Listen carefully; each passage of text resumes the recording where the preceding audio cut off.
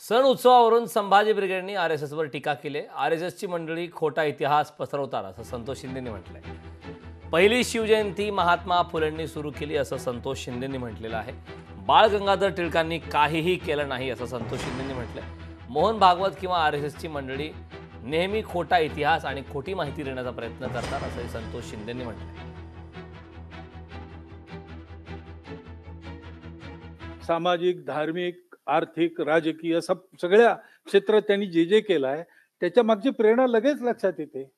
तीच प्रेरणा चालू राहील.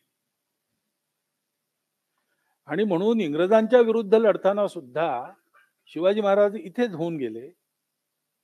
इथे सुद्धा त्यांचं त्या पद्धतीने स्मरण व्हावं म्हणून जागरण केलं. रायगडावर उत्सव सुरू केला. टिळकांनी ते सगळं शोधून काढलं वगैरे वगैरे. महात्मा फुले रायगडावरून पुण्यात आले आणि हिराबाग मध्ये 19 फेब्रुवारी 1869 रोजी पहिली शिवजयंती साजरी केली. टिळकांनी काय केलं?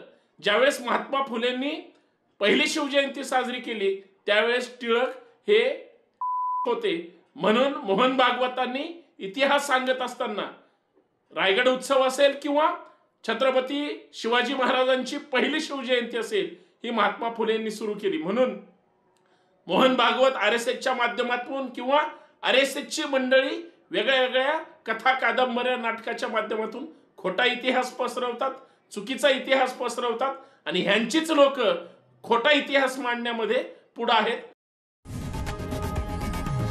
लोकशाही मराठी ऐका, पहा, जागरूक रहा.